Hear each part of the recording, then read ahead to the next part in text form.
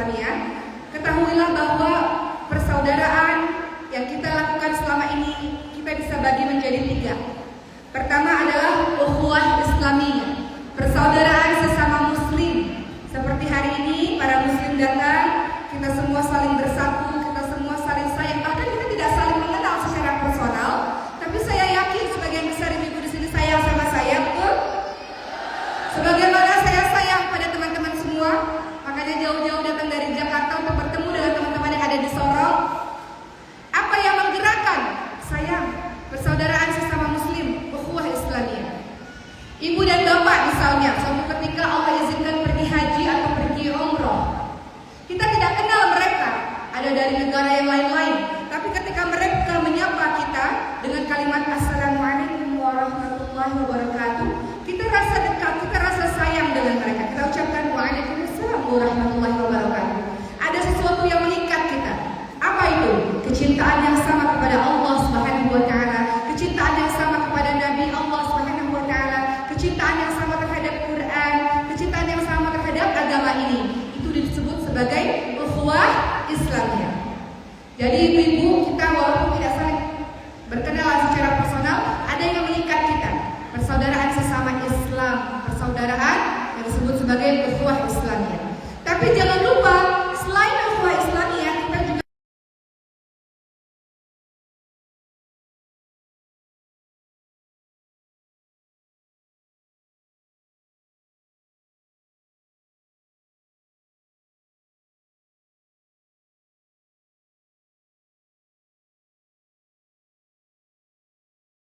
yakni ukhuwah wataniyah atau ukhuwah atau persaudaraan sebangsa setanah air.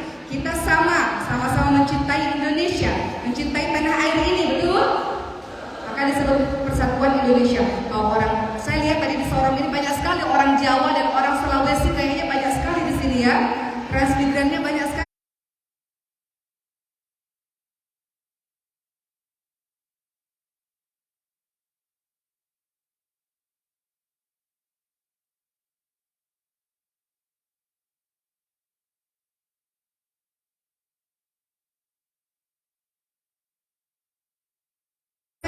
Dan juga suku-suku yang lainnya, ada suku asli juga yang ada di sini. Semua bersatu, bersikap toleran, masya Allah. Persaudaraan yang saling terjaga, masya Allah. Karena apa? Ada persatuan sebangsa dan setanah air. Yang ketiga, ada yang namanya juga persaudaraan antar umat manusia. Walaupun berbeda negara, tapi tetap kita mau rukun, mau saling menghormati, mau saling menghargai, karena kita adalah sesama manusia. Semua manusia ini hidup damai, hidup tentram, hidup rukun, betul? Maka ini 3 persaudaraan. Yang ingin saya bahas pada hari ini teman-teman sekalian, mari kita lihat bagaimana Islam, masya Allah, mengajarkan toleransi yang sangat luar biasa. Saya tidak meragukan toleransi di Sorong, karena tadi saya banyak sekali mendengar di sini semuanya aman, insya Allah. Walaupun ada masalah terselesaikan dengan cepat. Mari kita lihat Islam sendiri di zaman Rasulullah SAW sudah mengajarkan apa yang namanya persaudaraan.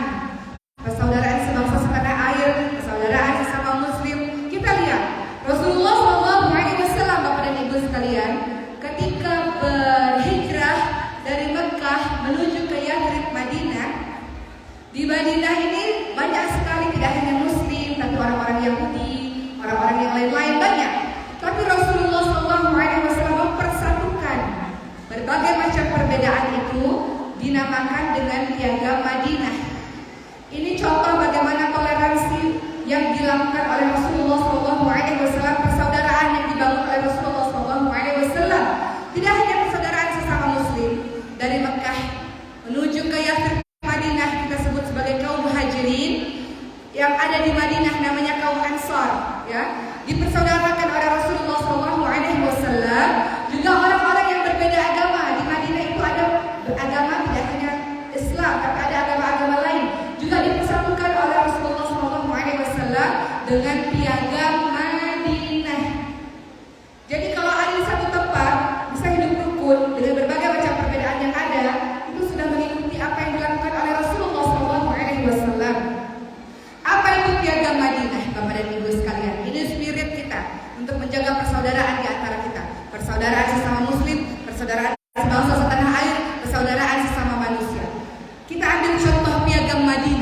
yang dilakukan oleh Rasulullah SAW. Apa itu Piagam Madinah? Piagam Madinah adalah perjanjian yang dibentuk oleh Nabi Muhammad SAW untuk melindungi hak asasi manusia, untuk melindungi semua sama, dilindungi, dijaga pada saat mereka berada di kota Madinah.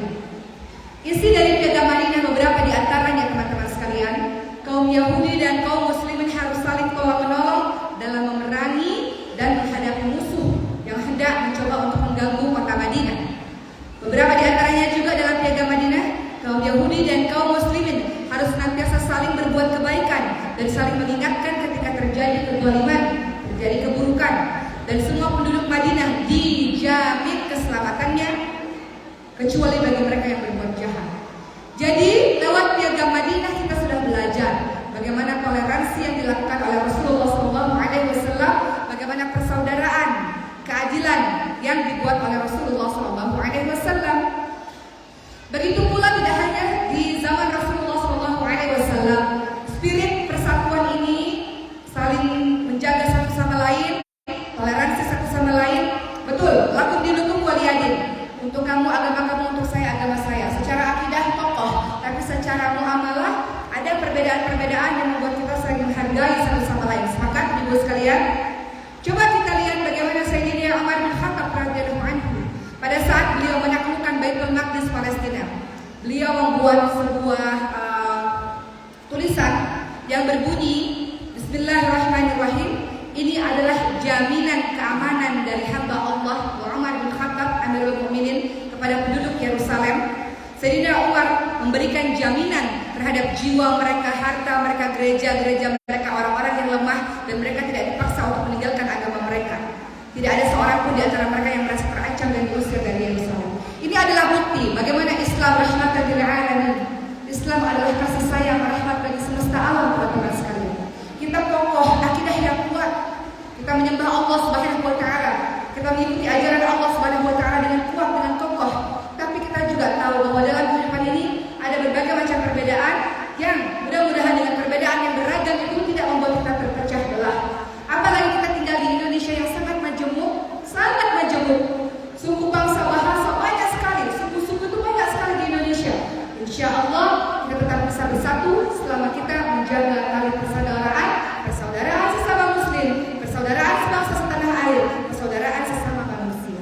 Bisa ibu-ibu sekalian, perbedaan itu adalah sesuatu yang pasti terjadi di antara kita. Namun bagaimana kita bisa menghargai setiap perbedaan, tapi tetap kokoh dengan akidah yang kita miliki sebagai seorang Muslim yang diajarkan bahwa Muslim adalah mereka yang menebarkan Islam rahmatan lil alamin, Islam yang penuh dengan kasih sayang, Islam yang penuh dengan kesantunan, yang penuh dengan kebaikan, yang penuh dengan kelemah lembutan bagi banyak orang. Kalau itu sikap dari seorang Muslim dengan yang bukan beragama Muslim, bukan beragama Islam, bagaimana cara kita menjaga ukhuwah Islamiyah sesama Islam? Apa yang harus kita lakukan, teman-teman sekalian? Ada beberapa hal, karena ini masih spirit kemerdekaan Indonesia. Saya ingin mengajak teman-teman semua untuk menjaga tali persaudaraan sesama Muslim juga, selain persaudaraan sebangsa setanah air.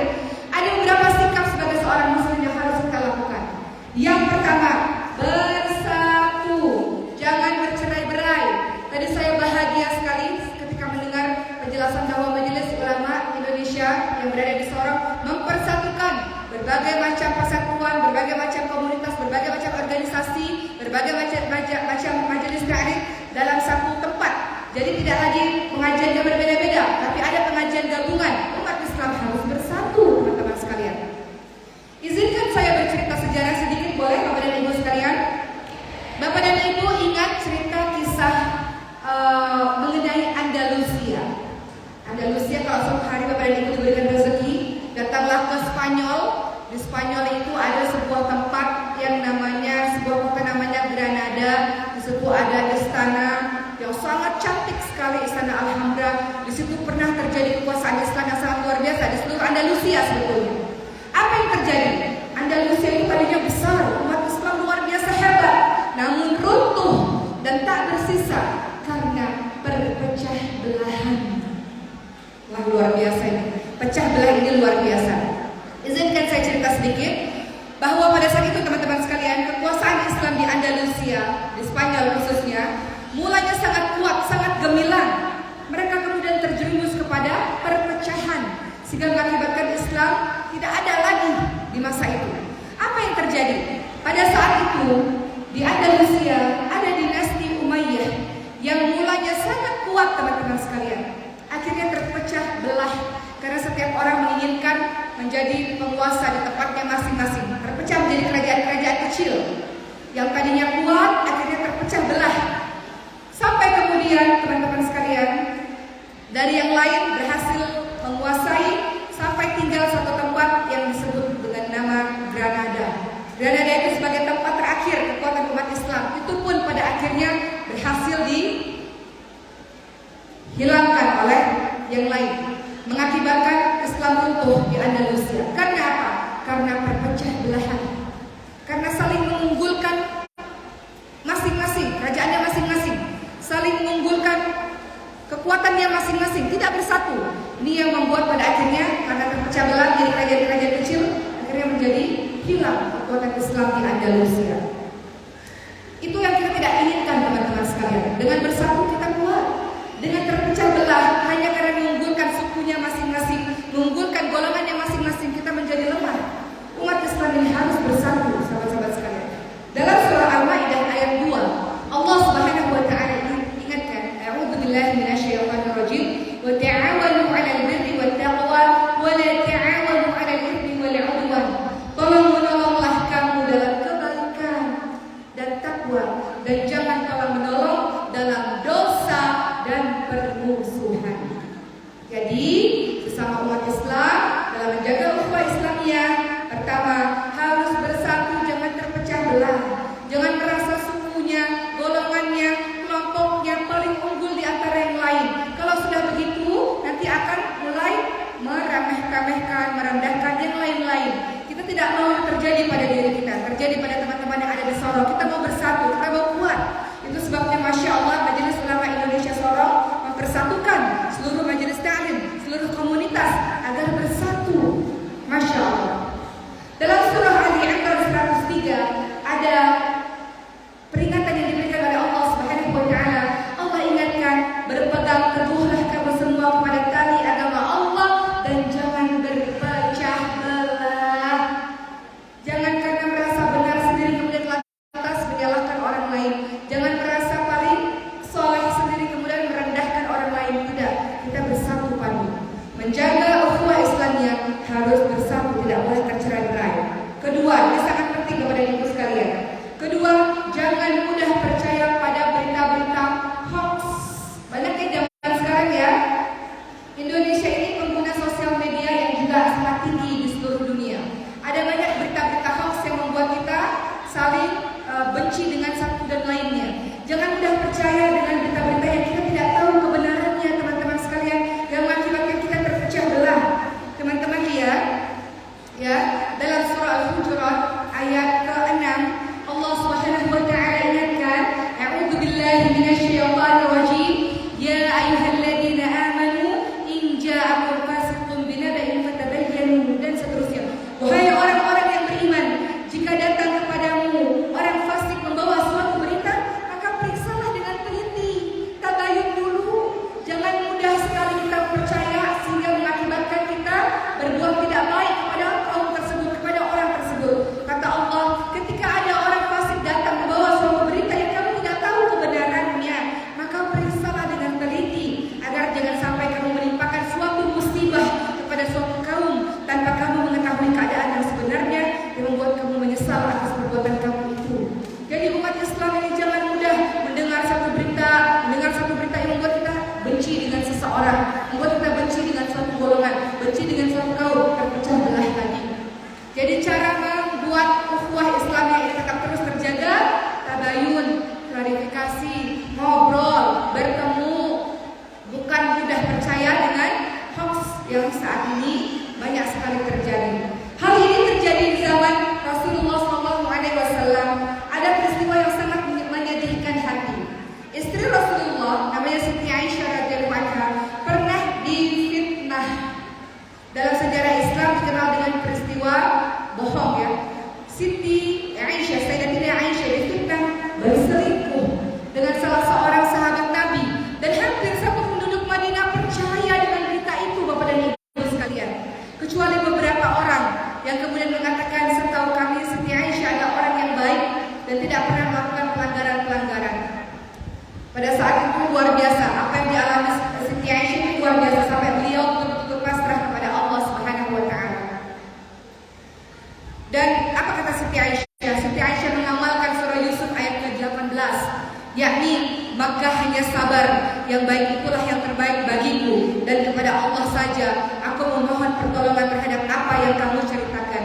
Jadi saat itu keadaan sangat sulit, orang-orang percaya dengan berita-berita bohong, mulai percaya bahwa Siti Aisyah melakukan sebuah perbuatan yang tidak baik, dan Siti Aisyah berpasrah kepada Allah Subhanahu wa taala sampai akhirnya Allah membersihkan nama Siti Aisyah dalam surah Nur, An-Nur ayat ke-11. Sesungguhnya orang-orang yang membawa berita bohong itu adalah dari golongan kamu juga, dan seterusnya. Intinya banyak sekali di kehidupan sekitar kita yang terjadi berita-berita bohong, berita-berita dusta, hoax dan sebagainya. Jangan membuat kita mudah percaya dengan hal itu, yang membuat kita membenci saudara kita satu sama lain, teman-teman sekalian. Hal-hal kecil lah, kalau ini urusan besar, hal-hal kecil, urusan tetangga kita. Kita lagi beli sesuatu di pasar, lagi beli ikan, lagi beli sayur, ada mulai orang-orang menggosip satu sama lain. Ada pun di sini banyak niatnya beli ikan, tapi mulai gosip. Itu tetangga sebelah kok bisa-bisanya beli mobil baru, beli rumah baru, ya. Ada aja beli AC baru, gitu ya. Tetangga yang beli AC dia yang kepanasan, gitu ya. Banyak juga yang begitu, gosip dan mulai menyebarkan berita-berita yang tidak baik. Dan orang-orang yang tidak tahu mulai percaya dengan hal-hal tersebut. Itu perbuatan yang tidak adil. Tidak ada dalam diri seorang mukmin melakukan hal demikian. Kata Rasulullah, "Man kana yu'minu billahi wal yawmil akhir falyakul khairan aw liyasmut." Barang siapa yang beriman kepada Allah dan hari akhir, hendaklah dia berkata baik atau dia diam. Sesuatu yang dia tidak tahu, dia tidak mau menyebarluaskan. Hati-hati, bisa berbahaya. Ada sebuah kisah, ada seorang yang sudah bertaubat, pekerjaannya suka ngomongin orang, menyebarkan berita-berita fitnah, adu domba. Kemudian dia rasa aku mau bertaubat. Akhirnya dia datang kepada orang yang selama ini dia benci. Dia datang kepada orang yang selama ini dia gibahi. Dia datang kepada orang yang selama ini dia zolimi. Dia katakan, aku minta maaf. Aku sudah membicarakan kamu kesana kemari dan sebagainya. Apa kata orang yang dizolimi itu? Kalau engkau mau aku maafkanmu, belilah bulu-bulu ayam dan sebarkanlah di tempat-tempat yang pernah kau membicarakan aku. Maka orang ini tidak paham apa maksudnya, tapi dia ikuti saja. Dia beli bulu-bulu ayam dan dia sebarkan di tempat-tempat yang dia pernah membicarakan orang tersebut. Lalu orang ini kembali lagi datang kepada orang yang dia zolimi. Kata orang yang dizolimi itu, ketahuilah bahwa apa yang kau bicarakan tentang aku sudah menyebar kemana-mana, tidak bisa diambil lagi. Itulah perumpamaan. Kau membicarakan aku, menyebarkan berita bohong, menyebarkan dusta, mengadu domba. Kau bicarakan kepada orang, satu orang lainnya tidak tahu sudah kemana berita itu tersebar kemana-mana. Pungut kembali bulu ayam itu, tentu kau tidak bisa. Sebagaimana kau tidak akan mungkin bisa memungut kembali, mengambil kembali perkataanmu itu. Artinya teman-teman sekalian, seorang mukmin tidak melibatkan diri kepada perkara-perkara yang tidak ada manfaat baginya, yang dia tidak tahu kebenarannya, yang mengakibatkan bisa terjadi perpecahan, kebencian, permusuhan, prasangka buruk dan lain-lain. Dia tidak ikut-ikutan dengan perkara yang seperti itu. Jadi yang kedua, teman-teman sekalian, kalau kita ingin menjaga ukhuwah persaudaraan sesama muslim, pastikan jangan mudah terlibat pada hal-hal yang kita tidak tahu kebenarannya. Jangan mudah terlibat dengan berita-berita hoax. Ketiga, tidak boleh kita mengompori, memanas-manasi, provokator bagi saudara kita sendiri, baik sesama muslim, persaudaraan sebangsa tanah air maupun sesama manusia. Tidak boleh. Khususnya kepada sesama muslim, dalam hadis riwayat Muslim dijelaskan, setiap muslim terhadap muslim lainnya adalah haram darahnya. Tidak boleh diganggu darahnya, tidak boleh diganggu kehormatannya, tidak boleh diganggu hartanya. Jadi jangan kita menjadi orang yang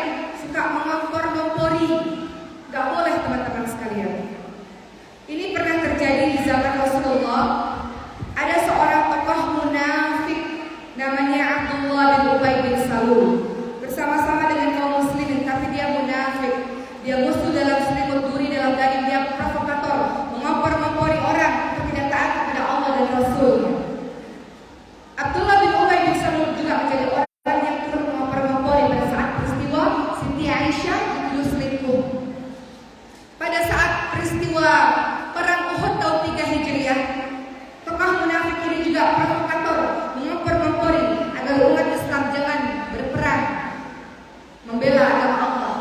Sehingga pada saat itu ada 1.000 pasukan Uhud, 300-nya tidak mau berperang karena ulah provokator, mengompor-ngompori, tokoh munafik. Jangan kita lakukan perbuatan yang demikian.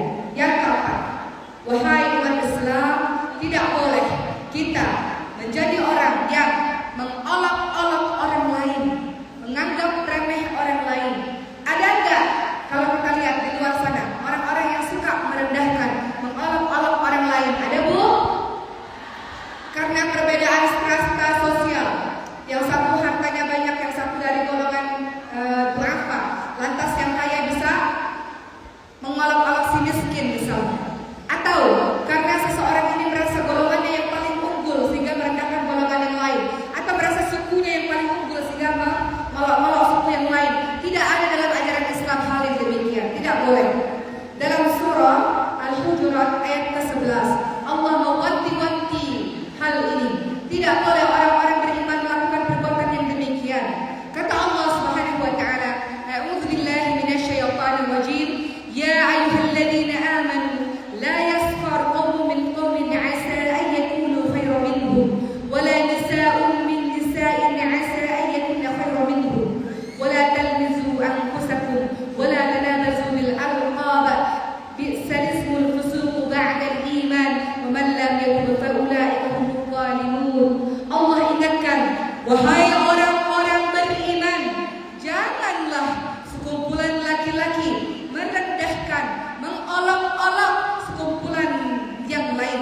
Boleh jadi yang kau olok-olok, yang kau tertawakan lebih baik daripadamu. Begitu pula Allah ingatkan, dan jangan pula sekumpulan perempuan mengolok-olok, merendahkan kumpulan lainnya.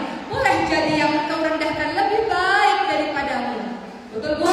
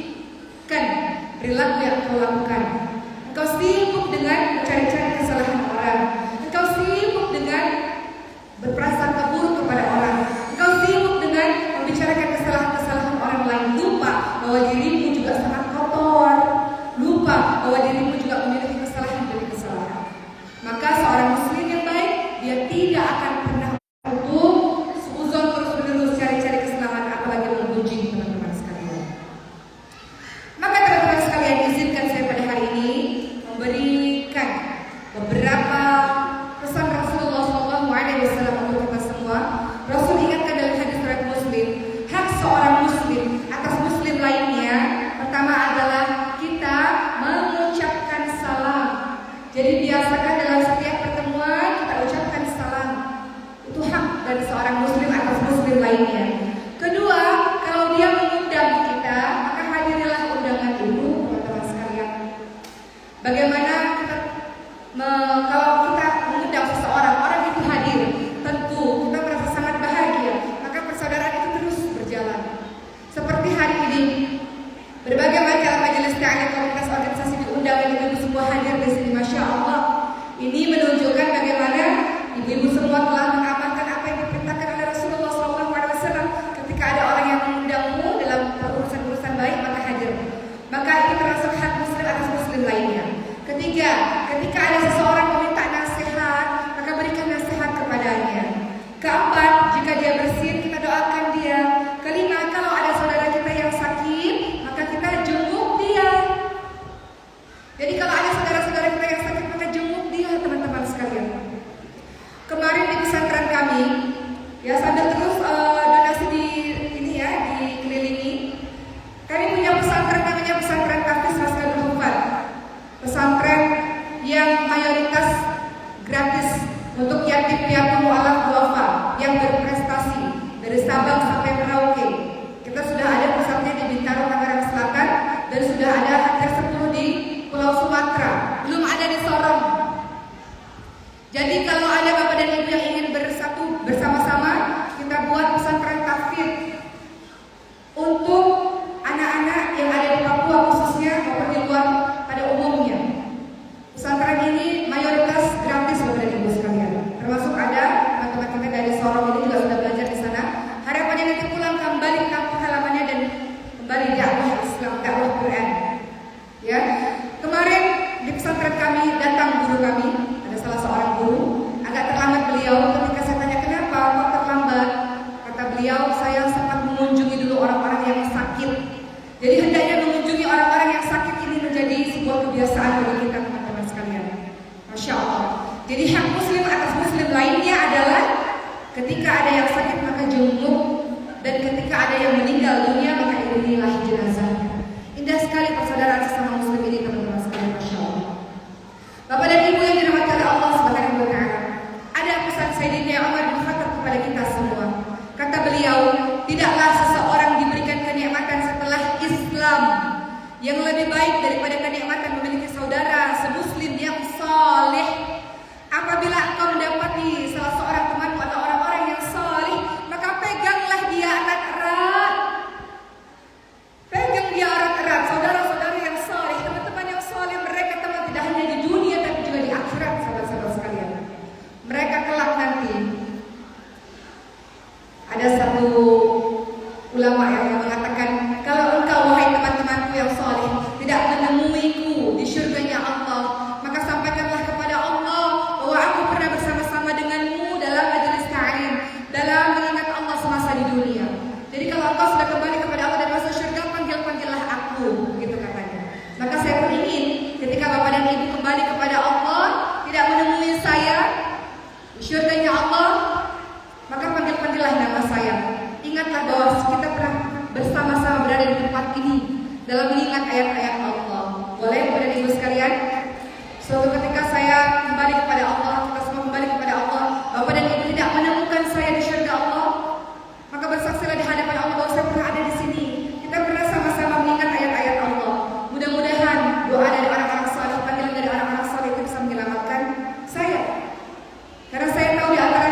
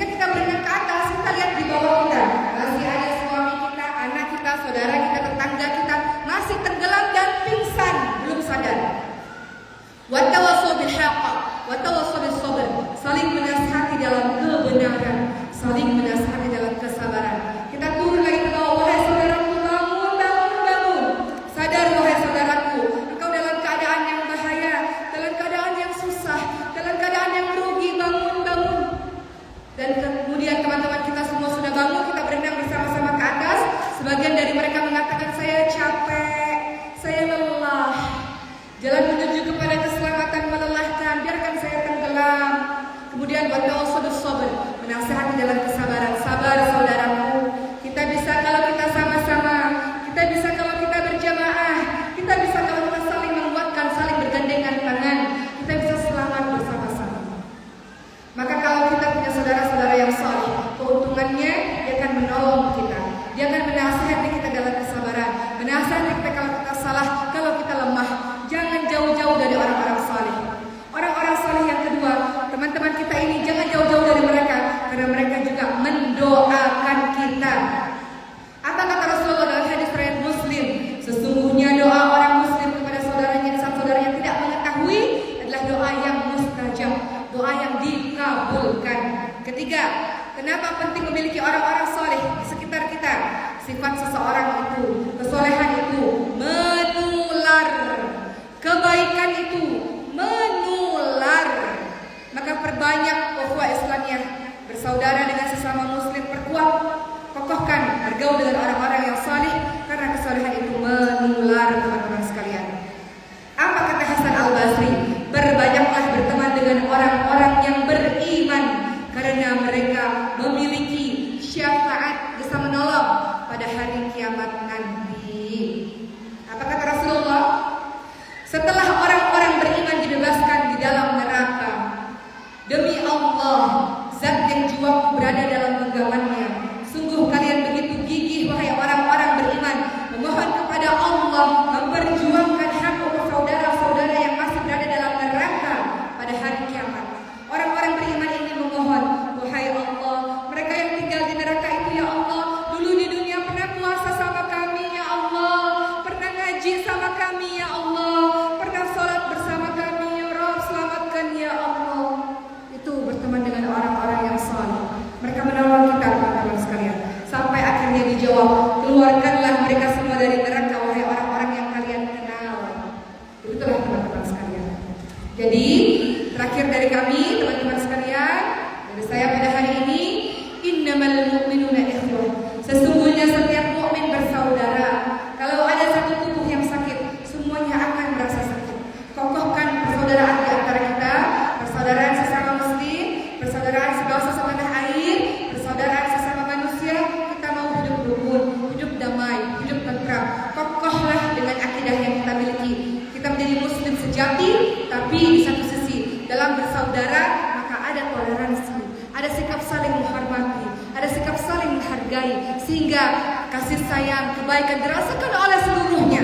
Maka itulah yang kita sebut sebagai Islam rahmatan lil alamin, agama yang kita cintai, agama yang kita banggakan, ini mengajarkan kebaikan untuk semuanya, untuk kita semua. Bisa teman-teman sekalian? Alhamdulillah, hari ini sudah selesai.